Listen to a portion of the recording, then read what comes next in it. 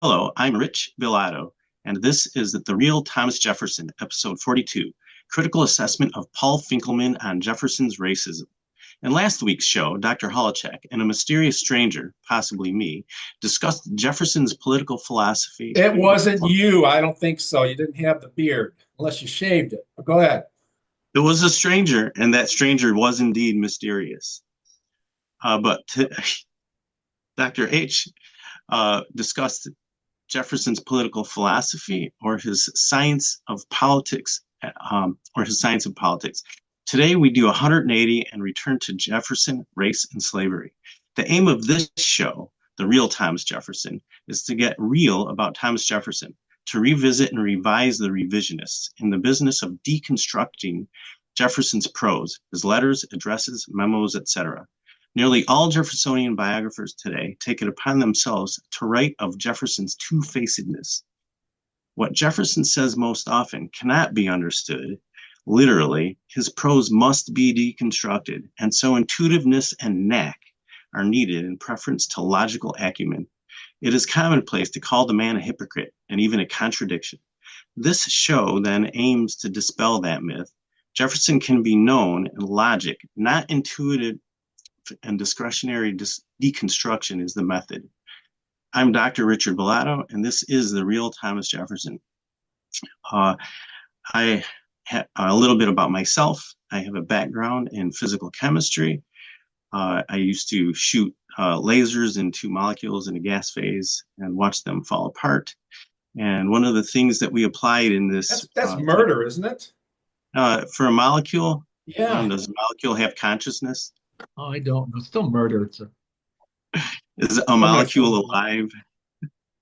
All right. We'll do a show on that somewhere in the future. Maybe. All right. But one of the things that we applied in understanding these interactions was deductive reasoning and logic and rationale. And that's one of those things were what gave appeal to Dr. Holacek's work in science. Oftentimes I've read some history where a very specific application of those methods were not applied. It was just some lightweight history that I guess I've read in the past or been exposed to in the past. But Dr. Holacek looks at the past as a scientific mystery to be unraveled. And this is why today I like the way you put that, because it really is. It really, we're approaching this. You're a scientist. I'm a historian and philosopher of science. And in some sense, it is a mystery. It's not arbitrary. There's a method, right? And it is the method of science that we're approaching here. So I like the way you put that. the other thing I also appreciate is Dr. Holacek does not exclude possibilities based on willy-nilly. He excludes them based, or is willing to exclude them based on fact. And this is why today I'm going to begin asking Dr. Holacek, aka Colonel Holacek, There you go. because he said, what? I said, there you go. I like it. Because he lived in the South for 8 years, rents a house, and has a garden. Those last two make him something of a planter, why he chose to do Finkelman's essay. Thereafter, we'll have a critical discussion of Finkelman's essay. Colonel Holacek, how did you acquire that moniker, if you don't mind? You just said I lived in the South for a spell, and renting a house. I've got a garden and a few berms that so doesn't that make you anybody in the South can be a colonel at some point, right? So I guess having a little house like that for a while, I'm a Midwesterner. Yeah, now I'm feeling, I'm at Mar-a-Lago right here, and I'm not feeling the colonel thing. I'm feeling regal. I'm feeling the role of king here. So if you want to call me today King Holacek, you can. I can't do that. No, I could never do that. I'm teasing, obviously, but anyway, I am at Mar-a-Lago, and I am wearing my kingly robe. We'll leave it at that. I don't want to get too political here. So on to Thomas Jefferson. Now, why Paul Finkelman? He wrote an essay, and do you have the title of the essay? I don't remember. exactly. It's The Myth Goes On, Thomas Jefferson. Do you know what the title of his essay Thomas was? Jefferson and Anti-Slavery, The Myth Goes On. Yeah, and it was published in 1994 in the Virginia Magazine of History and Biography. I tend to think it's a real important essay in many respects, even though I disagree with what Finkelman does in the essay, I disagree with his conclusions. Nonetheless, you have to, out of all the Jefferson bashers, he's the most sophisticated. So at some point, and a friend of mine emailed me last week about some thoughts on this essay. I referred to the essay in some of my publications, and why not do a show on that? Because of all the people who dislike Thomas Jefferson, he called Jefferson the creepiest person he's ever known. Not that he's ever known Jefferson, but I think that's such a stupid comment.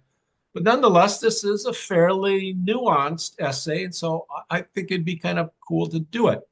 Uh, the I'll give you a little bit of background on the structure of the essay. It's a lengthy essay.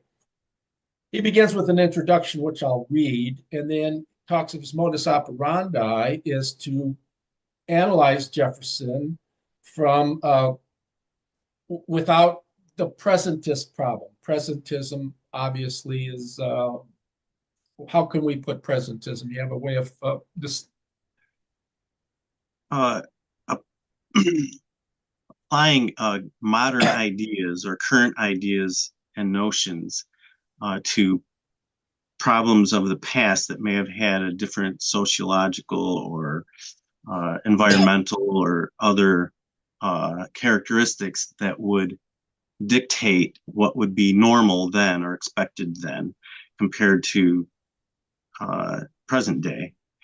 Yeah, it's applying modern norms on the assumption that norms change over time to the past and evaluating, just like you said, modern figures by the norms of the past, by the norms of the present. And of course, it's very easy to do. Anybody who enslaves at the time is going to be considered an immoral figure, but that seems to me massively to be trivializing a very serious issue on why slavery existed at the time. Slavery existed. We in this country always tend to think slavery just started, in North America. It never existed. Of course, it was thriving in central parts of the Americas, and in South America, it was even much worse. But it's been around for millennia and still exists in parts of the world, of course. So his modus operandi is to discuss Jefferson's avowed racism from the norms of Jefferson's time and come to an assessment of whether he was a racist, given those norms, given the things. Unfortunately, I should say, he's not quite true to that, because he draws his conclusion based on Jefferson's unwillingness to manumit to free his own slaves. Now, that's the sole criterion. It seems to be a very limited criterion. It would be limited, but it can be considered damning, and you're going to explain why it's not. Yeah, I mean, you have your own thing to say on that. I just think it's the very very many. Let me read his opening salvo Sure. here, and to give you a sort of a feel for what a lot of people do at the time. They build up the problem by building up Jefferson, acknowledging he was a very important person, so that the whole project of tearing him down becomes a Herculean or monumental task. And I'm the Hercules who does it, right? I tear him down. So he says, Thomas Jefferson is certainly the most popular saint of American civil religion. I was using metaphors here. We're talking about American civil religion, using metaphors to describe it. He's got this lofty post. We're not doing historiography or history. We're doing hagiography, lives of the saints. His closest rival is Abraham Lincoln, but Lincoln was certainly our greatest president. It's questionable to me. He burst on the scene like a comet, saved the Union, ended slavery, and then was martyred. Jefferson was ever so much more. He says Lincoln was our greatest president. Then he says, but Jefferson was so much more. Co-author of Declaration of Independence, president, father of the University of Virginia, philosopher, co-founder of the nation's oldest political party, patron of the Lewis and Clark expedition, scientist, naturalist, spiritual godfather of religious liberty in Virginia, and the architect and owner of that great house full of furniture, art, scientific instruments, natural curiosities, gadgets, and other treasures that continue to fascinate. Clearly, he's being tongue in cheek here. He's being basically, he's got in the back of his mind, he's a goddamn hypocrite. That's why he's talking about building up that great house. The virtual deification of Jefferson is ingrained in the general public, sustained by popular biographers. He's going to refer to one popular biographer, Alf Mapp. Popular biographers, I think, and scholars by popular biographer, I think he means that someone who's appealing to the people, who's at that level. And I can tell you, Mapp is not at that level. He's a fine scholar. Supported by the mass media and bolstered by recent presidents, a Democrat, William Jefferson Clinton, who began his trek to the White House at Monticello, and a Republican, Ronald Reagan, who urged Americans to, quote, pluck a flower from Thomas Jefferson's life and wear it on our soul forever, end quote. Both conservatives and liberals look to Jefferson as an icon and a role model. So why this rhetorical eruption at the beginning of the paper? Well, let's give him his due. And a lot of times there are little jabs, little pinpricks that he's putting in there. This great house. He's a saint. Lincoln is martyred. Let's build Jefferson up all as tall as we can, broad and big and powerful as we can make him, because I'm going to tear him down by the end of the session. Ever so subtly, right?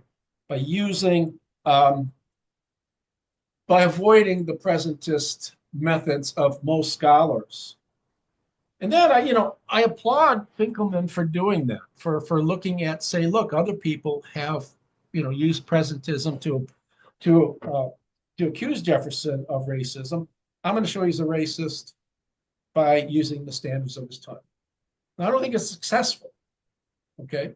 And one of the things he does is he does a good job of examining, to some extent, the relevant. I always say when you're going to do history, you need to examine all the relevancy is important. A lot of people bring in irrelevant literature, relevant literature, pro and con. So he's going to bring in some of the scholars con Jefferson, and his attack is on the early hagiographers, the people who made Jefferson a saint. He was infallible. So you might want to say, because of all of his accomplishments, he can be forgiven, even if he slipped up a little bit. A little peccancy here. Little what do the Catholics call the small sin? It's not a mortal menial sin. Menial sin, or whatever they call it. Right? So, right. So, anyways, that's what he's doing. He's going to he looks at the literature. Now he starts off with this quote from James Park, who talks about he says, and this is in the 1900s, says, if Jefferson was wrong, America is wrong. If America is right, then Jefferson was right. And everybody quotes that. And I thought about it. What's sort of strange about it is that the second sentence is tautological. Basically he's saying if right or wrong are mutually exclusive, mutually exhaustive, it's like saying if A, then B, then if not B, then not A. Well, if not B, then not A is logically equivalent to if A, then B. So basically he's saying if Jefferson was wrong, America is wrong, and he's repeating if Jefferson was wrong, American wrong in the second sentence. I don't know why that sentence is so often quoted as such a powerful sort of, in effect, what I think he's really trying to say is that if America is politically on the right track, then America is following Jefferson's political career, right? Right. And, because in effect, and I agree with that, because America is in effect founded on Jeffersonian principles of Republican government, which I talked about in the last episode. So now he singles out Alf Mapp, who was a member of the Thomas Jefferson Heritage Society at some point. He published, I'm aware of, 2 books on Jefferson, and I have both. And I have one. He says Thomas Jefferson, America's paradoxical patriot. And the other is Thomas Jefferson. It's hard to hear you. All right, all right. Hold on. I'm just trying to lead. So he wrote two books basically. One he talked about Jefferson being paradoxical, but they're both in some sense aimed to vindicate Jefferson. In some reason, I've never been able to finish his books. That's unusual to me because he's certainly a defender of Jefferson in some respects, and something about his manner of writing just I find disagreeable. It's very beefy. It's very chewy. Hmm. If you understand by sentences being chewy. Mm, I don't know. Could you give an example? Well, it's just they're heavy. They're sort of they overwhelm you. And some his writing style, I find maybe people would say it about mine, but his writing style is not fluid. It doesn't flow. It's heavy. It's burdensome. It's like putting 800 pounds on your back, and asking someone to walk. Um, but Are there a lot of low frequency words in his sentences? no, no, Things no. It's just not. It's a matter of unfamiliar? no. It's not a matter of words not being. My vocabulary is very good, but it's just a matter of overall the manner of writing is heavy. He writes in such a manner that I think is off-putting. You don't want to continue reading. Um, yeah. So anyway, I'll just say that. But Mapp says outside of that critical analysis of his writing style, he says, judged in the context of his times, Jefferson is relieved of the charge of hypocrisy. He says it's extremely naive for us to judge him in the context of our time. So here we have Mapp enjoining people to say, stop criticizing Jefferson using contemporary moral standards. The normativism really is just moral assessment. Let's use that standards of his time. And he says if we use the standards of his time, Jefferson's exonerated. Okay? So, and here I'll read what Finkelman says of Mapp. If you have anything to add, he says the question is not how Jefferson measures up to modern concepts of race and slavery, but rather how he compares to three other standards. First, the portrait of him offered by most of his biographers. Second, the ideology and goals he set for himself. And third, the way his contemporaries dealt with slavery in the context of Jefferson's ideals. So, the first one, he says the portrayal of him offered by most of his biographers. Now, I find that first comment a little bit puzzling because he admits that most of the contemporary biographers are presentist. Right. So why shouldn't we just ignore them? Why do That's we what have I'm to? thinking. Yeah, and he just says we have to address the portrayal of him offered by why? If they're presentists, let's just ignore it. Right. So the second one is the ideology and goals he set for himself. Now, does that seem reasonable to you? Yes, to me it does. Yeah, it does too. I don't have a problem with that. So we would have to unpack what his ideology and goals. Obviously, what are some of the principles to which Jefferson adhered? Liberty, equality, um, you know, um, participation. I guess you're going to get at the moral attributes of Thomas Jefferson espoused, which were essentially Stoic and Aristotelian, friendliness, courage, generosity, things like that. Christian as well. Jefferson was his own version of Christian. And third, the way his contemporaries dealt with slavery in the context. Now, that's a very important thing because he's going to make the point that Jefferson's contemporaries oftentimes, he makes the point, Washington frees his slaves when he's dead. Jefferson doesn't. He frees a handful of his slaves when he dies. So compared, he thinks, to other people of his day, Jefferson doesn't measure up. There were a handful of prominent people who manumitted their slaves either during their lifetimes or upon their death. And that to me is damning, but we're going to talk about a little bit more why this isn't particularly damning, or maybe we should rethink. Yeah, here's something to consider, and I've said this several occasions already. is there always stories about the courageous person who manumitted his slaves, set them free. What are the follow-up stories about the successes or failures of those freed slaves? I wrote a book on Lynchburg, and I had to deal with the era of post-Civil War, where the slaves in Lynchburg, Virginia, were freed, and there was a lot of chaos. Many slaves, they had to separate themselves, go to the black part of town, which was by Fifth Street in Lynchburg, to try to start their own businesses, interact with each other, since they weren't interacting with whites so much. But a lot of them begged to go back to their former masters, and so they could hire them out, so they could live like they're used Right. to living. So my thing has always been there's too little literature on everybody assumes that okay, you're freed. It's a success story.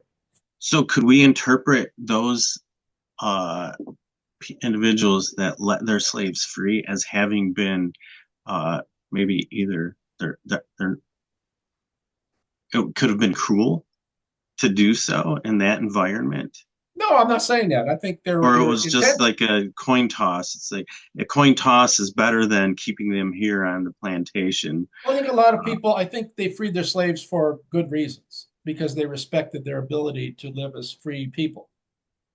The ones who manumitted their slaves, oftentimes, that's fine. But I'm saying, suggesting at least that on numerous occasions, many of the freed slaves did not have a good life.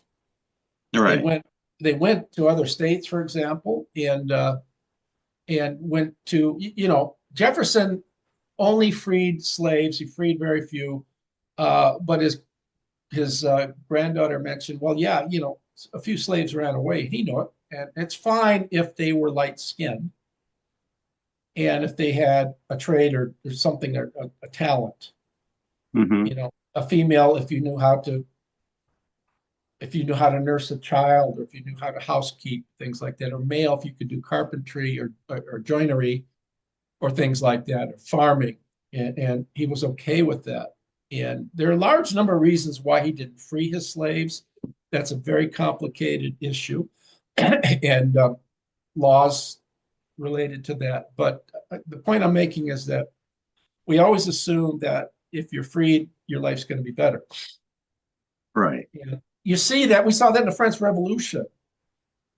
We saw that when Ukraine became, I read on Ukraine, when Ukraine became independent of Russia, they actually interviewed Ukraine and said, would you like to go back? Because the economy was a collapse because of, well, they didn't know how to be Democrats. They didn't know how democracy worked. There were still all right, these Ukrainian oligarchies. You well know this.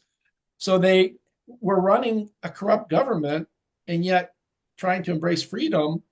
Well, you have inflation, you have the oligarchs stealing money from the government, the government officials, the president perhaps pocketing some of the money because that's just the way the Ukrainians and Russians did it. So there's a recipe, there's a sort of a blueprint for being free, which I gave last week. It entails giving back to the government. It entails full political participation in affairs. We're right. having this discussion right now with what's going on with the Trump administration. I don't want to get anti-Trump or anything. I don't say anything, but um, to what extent are the people in control of their own affairs? We're having this discussion rather seriously at the political level, and just what is a democracy? And I think Jefferson, I don't know if you'd agree, but I think Jefferson gives us just that blueprint. And that's what Parton's quote says. If America is right, then Jefferson is right. All right. I think he gives us a pretty good model to start from. That's for sure. It's sound in its intent, um, but again, humans are complicated and things get messy quickly. And we see how things are Yeah, getting messy now. yeah, but we are. I've said a number of occasions in publications as well as maybe Jefferson's ideal for republicanism was too tall. It implies that we are morally responsible creatures who want to help each other, who, if given a chance, we will work together for the common good. Uh, is that true? Are we really selfish animals and not generous, kindly people? That we can it would probably take hours and hours of discussion to bring Well, that out. here's I think where to here's where your biological element comes in. yeah. You've studied Dawkins and other biologists and stuff, and evolutionary biology comes into play here too, right? For sure. But I wanted to not digress too much, and I wanted to maybe ask your analogy with Ukraine being free. Slaves being freed are now in a similar type of situation where they're they're in an environment where they haven't learned how to navigate that environment. Yeah. In this case, it was even if it was that they went to the north, they didn't know what it meant to be free and what the responsibilities of being free were and how to integrate themselves in society. So in some cases, that might have been easier to go back. In other cases, And they were I mean, treated like shit in the North. right, Let's not mince words here. They weren't. It's not like all the sure, white people in the North said, "Oh, come on, here, you sure, lovely sure. black people will embrace you. You can, I'll give you a job." So So I guess instead of having their businesses burned down as they were done in the South, they just might not have gotten a loan to even open a business. well, they communities. The Hemmings in Chillicothe, near Chillicothe, Ohio. Madison Hemmings moved there. He was a dark-skinned son of Sally Hemings, and so he worked in a black community. And it's not easy because these black communities certainly did not thrive like the white communities next to them. And so, all right, I'll go to now. So Finkelman wants to address Jefferson from the perspective of not from the perspective of presentism, but he does up the ante. He builds Jefferson up. Remember what I mentioned earlier on? He builds him up. Because he's building him up, he's going to hold him to a higher standard. He says, Right, right. we're going to hold him to a standard of being, and I quote, better than the worst of his contemporaries, not better than the worst of his contemporaries, but to a standard whether he was the leader of the best of all Americans. So he wants to say, let's not, if we're going to hold Jefferson to a different standard, let's take all the people who spoke the gospel of emancipation. Jefferson, because of his words, he has to have shown by his deeds that he was better than all of them. And I don't have a problem with that. What's that? I don't have a problem with that, holding them that lofty standard. Because I argue in this, if this book comes up, Virginia First, the 1607 Project by Abbeville, I have a lengthy essay. People always argue and say Jefferson didn't do anything to end slavery. I think Jefferson, and I list all the things Jefferson did in his life to try to end slavery. Now, was he successful? No. But, the time has to be appropriate, opposite as well. If I'm trying to look at the problem we're having right now in this country in terms of trying to bring us back to democratic ideals that Jefferson held, right? Can it be done? Has America become so much of a plutocracy, a government based on wealth, where wealth influences both left and right to such an extent that, telling people, let's just go back to our Jeffersonian roots, it's not an easy project. It's not. So go ahead. No, one thing I was going to say is it reminded me, I heard a quote that said that America is a corporation, and it was reiterated or amplified after our current administration came into place. I don't know when it was said. I was just going to do a search on it, but we could research that later. But it does seem like with all of the corporate, what is it called? Corporations. They go to the lobbyists, lobbying in Congress. That there's such a strong influence there, and it also a lot of the politicians, they know which way laws are going to be going in terms of what sort of businesses might take advantage or become disadvantaged by certain laws, so they know where to invest their money. And it just seems like it's hard to disentangle the two, even from the get-go. Yeah, there's no easy solution to that. Let me go into the three things that he wanted to do. We got a little under 10 Sure. minutes left. All right. He writes, Jefferson hated slavery. Hatred of slavery was peculiarly cramped kind of hatred. It's not so much slavery that he hated as what it did to his society, right? First, what he hated what slavery did to whites. Second, he hated slavery because he feared it would lead to a rebellion that would destroy his society. Third, he hated slavery because it brought Africans to America and kept them there.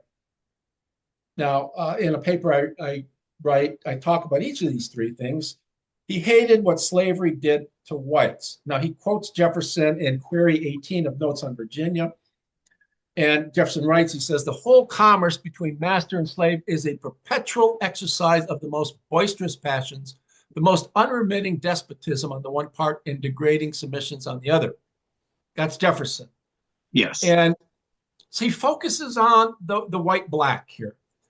Finkelman writes, Jefferson also hated slavery because it made whites dependent on black slaves. Like others of his generation, he was particularly sensitive to the dangers of dependency. He depended on his slaves as much as he believed they depended on him. He could not survive without his bondsmen and bondswomen. He knew it. Now he's focusing on dependency. What does Jefferson say? He talks of the most unremitting despotism on the one part and degrading submission. So he's talking about, now notice what Jefferson says, and no one in the world has noticed this for some reason. He never talks about white or black. Skin color is irrelevant. He's talking about slave owners and slaves. He could, if he was going to emphasize that, he would have maybe phrased it the most unremitting despotism on the whites and the degrading submission of the blacks. Yeah. So he's talking about an institution, not skin color. He's just making general comments on what the white slavery is bad. No one seems to notice that. They always make it a black-white thing. Now it played out in his day in terms of black and whites at his time.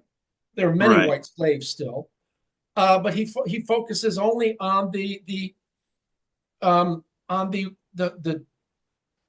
damage it does to the whites. And Finkelman even says of the sentence that we read, despotism on the one part, degradation, submissions on the other. He goes, this sentence suggests that Jefferson may have been concerned about the effect of slavery on the slave. No, it doesn't suggest, it states. Jefferson is not suggesting anything. He's asserting it harms whites, it harms blacks, it harms the slave owner, right? By making him dependent on the slave. He's not self-sufficient. Self-sufficiency was so important to Jefferson, and it treats the slaves as animals, as pack animals, and without any human dignity. And as Jefferson says in his draft of Declaration of Independence, black people are human beings. He's clear on that. So he's stacking the deck, as it were, and focusing only on that Jefferson's only concern is because he doesn't care about blacks because they're black. The second point, he turns Jefferson's worry about a rebellion. And yeah, Jefferson is worried about a rebellion. In his Query 8 of Notes on Virginia, he talks of the number of free Virginians, 296,852.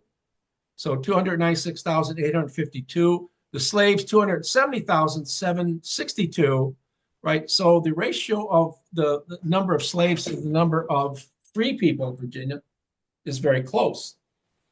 And he says, there could be a revolution. There were many revolutions in Jefferson's day. And Jefferson is worried about that. He writes in Query 18, again, where he doesn't bring up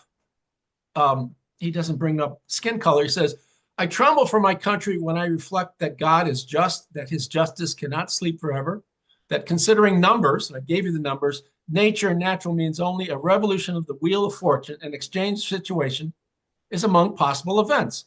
It may become probable by supernatural interference. Jefferson is saying that, if Jefferson doesn't believe in intervening God, but he's playing counterfactual game. If God were, doesn't say this, but if God were the sort of being that intervenes in events, he's not going to take the white people's side. because we're the ones that are enslaving the blacks, right? And what Finkelman doesn't say, he doesn't, I got to take my boy down, Jeffy, go down, buddy. What Finkelman doesn't say is Jefferson also adds, the Almighty has no attribute which can take side with us in such a contest. He is blaming the slave owners, i.e., the white people, for what they've done to the slaves, i.e., the blacks. Finkelman doesn't put that in his essay, and I find that sort of objectionable. So you're cherry picking. You're picking certain things that make your argument stronger, and sentences that weaken your argument, you omit them. I suspect we all do that, but it's not the right way to do history. So I'm going to play a little devil's advocate here. You said that in Jefferson's use of a supernatural inference, that this is really him applying some sort of counterfactual, that he couldn't have meant that. Yeah. Are you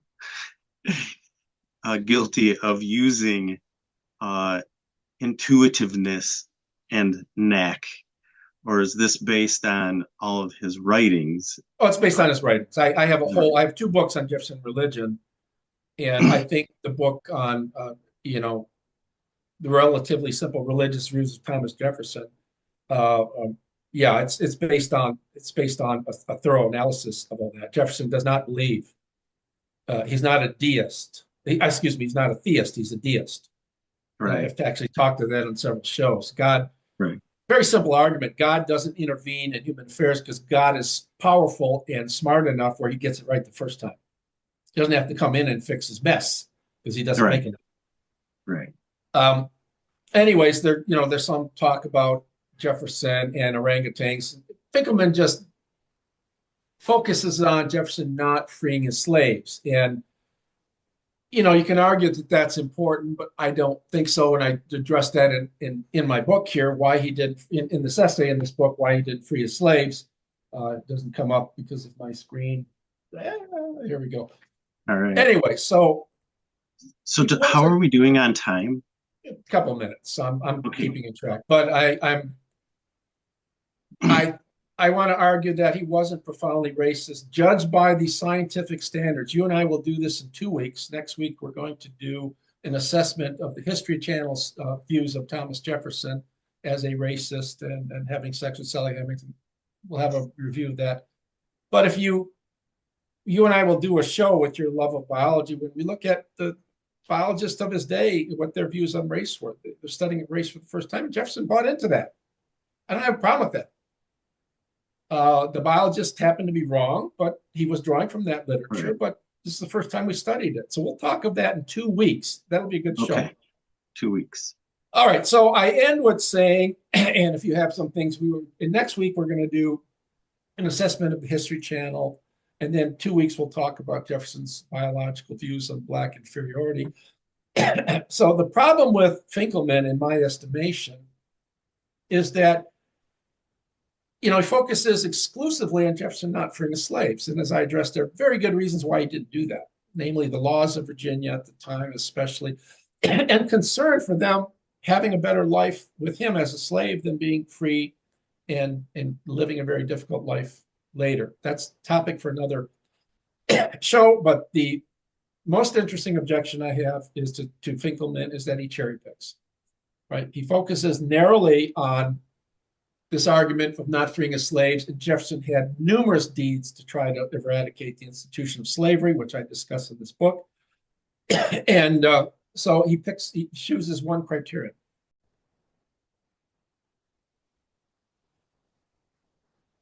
Before we go off, Finkelman makes comment here that I think is worthwhile discussing. Dumas Malone argues that Jefferson's personal activities against the institution of slavery were greatest in the period of the American Revolution, when he vainly proposed a plan of gradual emancipation for his own commonwealth, and that he strongly favored emancipation. In fact, while in the legislature, he never did propose this plan. When others wanted to do so, he stopped them. Could you comment on that? Well, who are these others wanted to do so stop them? There's one instance of one person. He never stopped anybody. First off, it's a claim that's false. There's a suggestion by one person who did manumit his slaves, and Jefferson advised that he not do so. And the reasons were not because they're black and he's a racist. He just thought it was not feasible. So he didn't. He never stopped anybody. So I don't know where he gets that. The Jefferson's plan, like all other people, most of the people had a plan for emancipation and expatriation. Use expatriation somewhat loosely, meaning send them out of the country, go to a colony somewhere. And the reason for that, because Jefferson was always worried about a revolution. Remember what he said, God has no business siding with us. They might be freed. And they might say, the hell, we want, what the white people have. So there could have been a revolution once freed. And at some point, a lot of white people, and probably even Jefferson himself, probably did not want white people interacting with black people. Jefferson indicates in Query 14 that he thinks it's likely that black people are lacking in imagination and intelligence in his time. So, and I think most people will talk about the science of his day. Most scientists believe that was the case. I'm not worried about Stephen what's... Jay Gould has written about that, and I think his mismeasure of man, that some of the scientific data that came out, I'd have to go back and check, and measurements of cranial capacity and whatnot may have been biased by the scientists doing the studies, because there was racism amongst scientists as well. Yeah, that's called scientific racism. But you can understand the biases. Who were the greatest figures? Who were the great scientists of Jefferson's day? List them. Newton, Galileo, yeah. Kepler, Tycho Brahe. There were just so many European scientists, happened to be white, were just unbelievable geniuses. Look at the genius that we got in Greek culture in antiquity and stuff. So was it, it's somewhat pardonable to have these biases. I mean, you're probably going to start with those biases, and probably for good reasons. Good. The point is that over time, science is a method that's self-corrective. You're right. That's the key point. Yeah. So do we have methods for correcting mistakes of the people of the past? So we'll talk about this. Is a very important point. Now, secondly, Jefferson always advocated a freeing and expatriation. Who's going to pay for that? Now, what Finkelman doesn't say is Jefferson had a three-pronged plan, 3 E's. Education, expatriation, education, emancipation, expatriation. Talked about educating, not necessarily, but giving them the necessary tools of reading and writing so that they can be self-sufficient. Finkelman doesn't talk about education, does he? Never mentions it. Right. This costs a lot of money. That's for sure. Education does. And so the problem was, it was a monetary problem. And, if you wanted to expatriate, how are you going to do this? It's very costly. Jefferson had a plan spelled out, 18 years will separate them from their family. And, but the point is that never implemented. There's never any money. People didn't want to come up with the money to do this. So it's a good question. It's, Jefferson says at one point, and here it's a bit of a damning. He says, every instance of seeing a white person copulate with a black person, the progeny is always inferior. He says that. Yeah, you've mentioned that in other talks. Yeah, and that's, certainly a deduction, I think. I don't think it's an observation. He says it's an observation, but I think it's more of a deduction that if white people are superior in intelligence, imagination, and things like that, you mix with an inferior type, you're going to get degradation on average in the offspring. I think it's more of a deduction he makes from the biological literature that he read than it is an observation. He calls it an observation, but I think he misspeaks.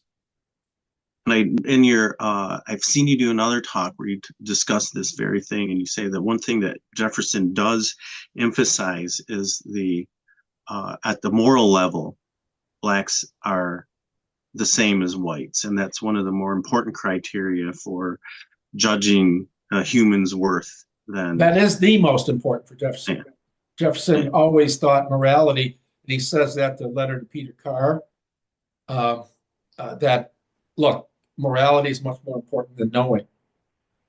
He says that explicitly on several occasions. One to his nephew Peter Carr. Um, he says an honest heart is more important than a knowing head, and that's just, I think, true, because yeah, if you're a smart person without any sense of morality, you're going to be taking advantage of other people, yeah. and it just doesn't work because his Republican system can't work if you don't have people that care about other people, people with what Jefferson thought would be Christ's values, Aristotelian Stoic values. All right, we got to call it now. All I right, have my cat is caterwauling, wants to go out and do his business or interact all with his right. pet. We'll do this again next week. I Thank say you. thank you for joining us, Dr. Sure, it Bellato, and was a pleasure. I say TTFN as we log off here. We'll do this All again right. next week.